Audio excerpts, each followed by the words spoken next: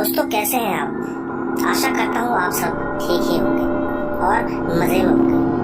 पर क्या हमने कभी उनके बारे में सोचा है जो मजे में भी ना हो और ऊपर से उनके साथ ही वो सब हो जाए जो किसी ने सोचा भी ना हो।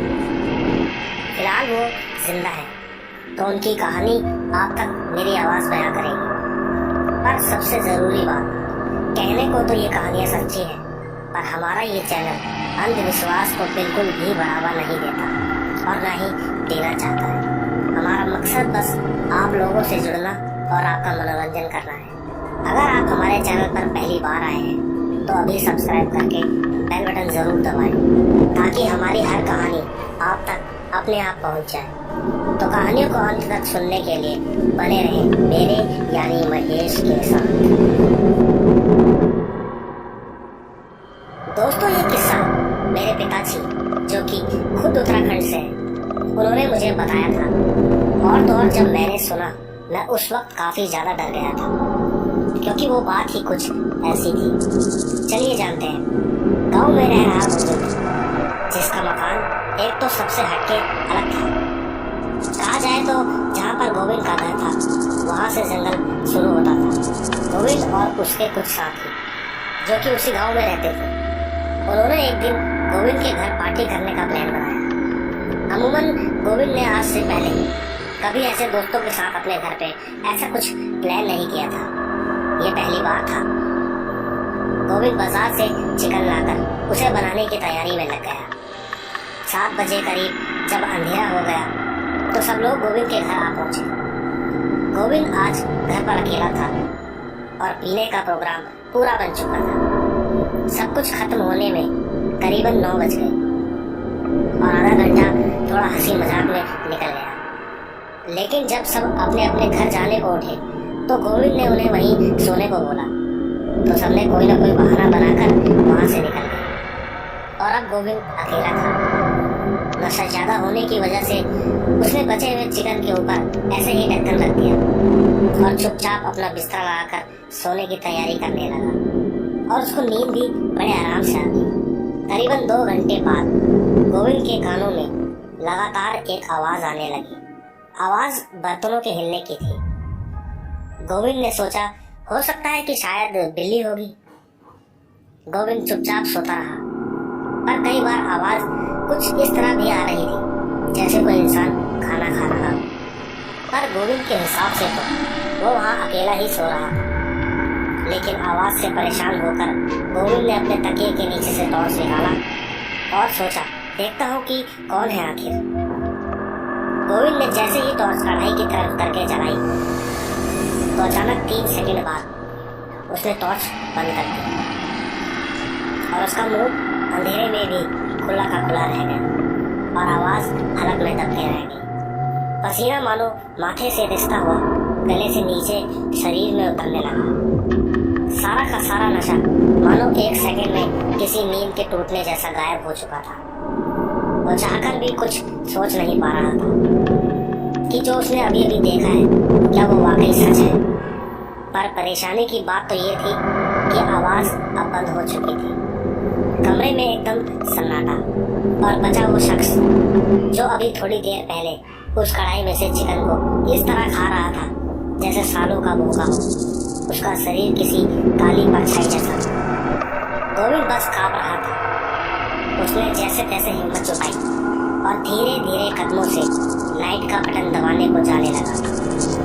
और बटन के पास पहुंचने के बाद कई बार भगवान का नाम मन में पढ़कर उसने बटन पर उंगली रखी और सोचा, जो होगा देखा जाएगा। और जैसे ही गोविंद ने लाइट खोली तो पाया कि वो आदमी चुपचाप वहीं पर बैठा हुआ था और उसकी तरफ पीठ करके बैठा हुआ था। उसने 1 सेकंड पीछे मुड़कर देखा तो गोविंद की मानो जान ही गले में आकर अटक गई और वो तुरंत खिड़की से बाहर भाग गया। उसका चेहरा बेहद डरावना था।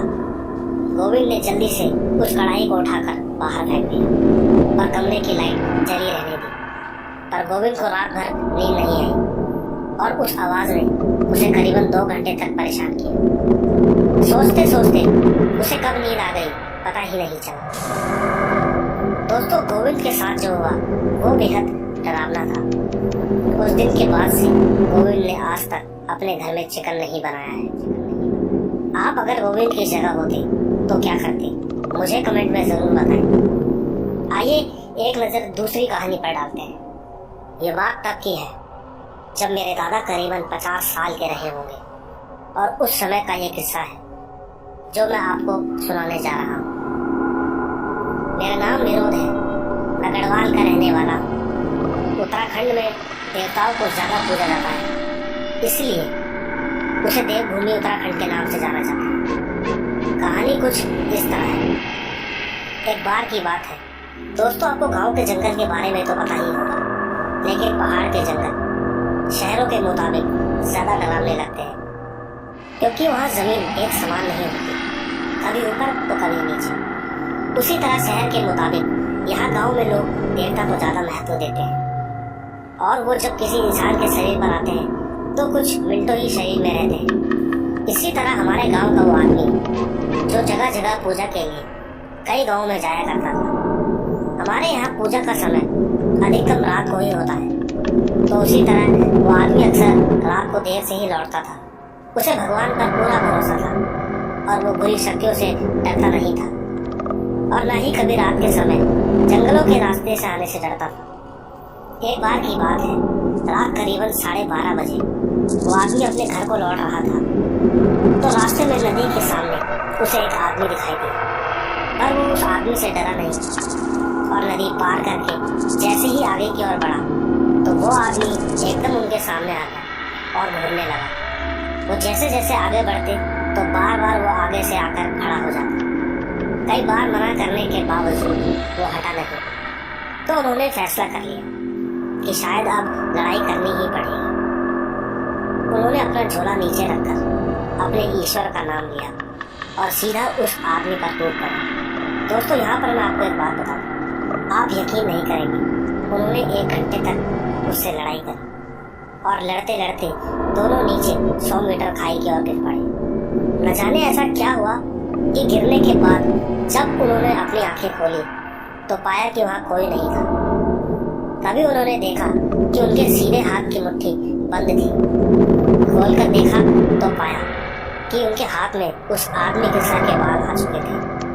उन्होंने मुट्ठी को बंद करके भागकर अपना झोला उठाया और जल्दी से अपने घर की ओर तेजी से बढ़ने लगे।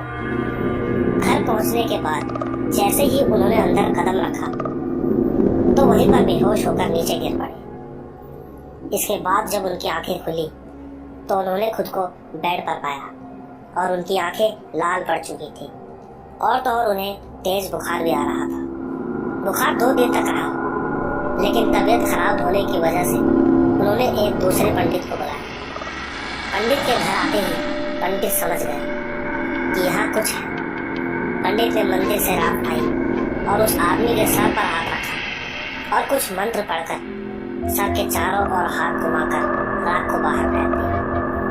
इसके बाद उन्होंने बताया कि कोई बुरी शक्ति इनके पीछे घर तक आ चुकी है और अब ये ठीक हो जाएगा। तो दोस्तों, देखा आपने, जाहिर है इस तरह का कोई किस्सा अगर आपको मालूम होगा तो कमेंट जरूर करें, अगर नहीं भी मालूम होगा तो भी कमेंट जरूर करें। चलिए हम अपनी तीसरी और आखिरी कहानी पर एक नजर डालें। ये छोटा सा किस्सा 12 साल पहले का है, जो संजय ने मुझे बताया। सुनकर मुझे तो अजीब लगा ही, पर जब आप सुने तो जरूर बताएं कि आखिर ऐसा क्यों हुआ। संजय उन दिनों अपने गांव गया हुआ था। वहां संजय और उसके दोस्तों ने मिलकर गांव की नदी से मछली पकड़ने को कहा, तो संजय ने भी तुरंत हामी भर दी और तीनों निकल पड़े नदी की ओर। संजय के घर से नदी करीबन 6 किलोमीटर दूर थी, पर गांव में लोग पैदल ही सफर ज्यादा करते हैं और नदी के पास जाने का और कोई साधन भी नहीं, क्योंकि गांव के कच्चे रास्तों पर कोई साधन चल ही नहीं सकता। नदी ढलान की तरफ काफी नीचे भी थी। धीरे धीरे पैदल वहां पहुंचने के बाद संजय ने अपने हाथों में दोनों थैलों को रख लिया ताकि सभी अपना हिस्सा कर मछलियों को आराम से घर ले जा सके। 1 घंटे तक उन्होंने काफी सारी मछलियां इकट्ठी कर ली और उसके बाद वो वापस घर जाने लगे। तो ज्यादा चढ़ाई होने के कारण उन्होंने थोड़ा आराम करना जरूरी समझा। बैठे बैठे संजय के दोस्त ने कहा कि जरा चेक कर, मछली जिंदा है कि नहीं। तो जैसे ही संजय ने थैला खोलकर देखा तो हैरान रह गया कि थैला तो खाली है। इसके बाद वो तीनों वहां से भागकर सीधा घर जाकर ही रुके। पर संजय को आज 12 साल बाद भी ये समझ नहीं आया कि आखिर वो क्या था। दोस्तों, समझ तो मुझे भी नहीं आया था, पर कई सवाल दिमाग में राज बनकर घूम रहे हैं। अगर आपके पास इसका जवाब है तो कमेंट में जरूर बताएं।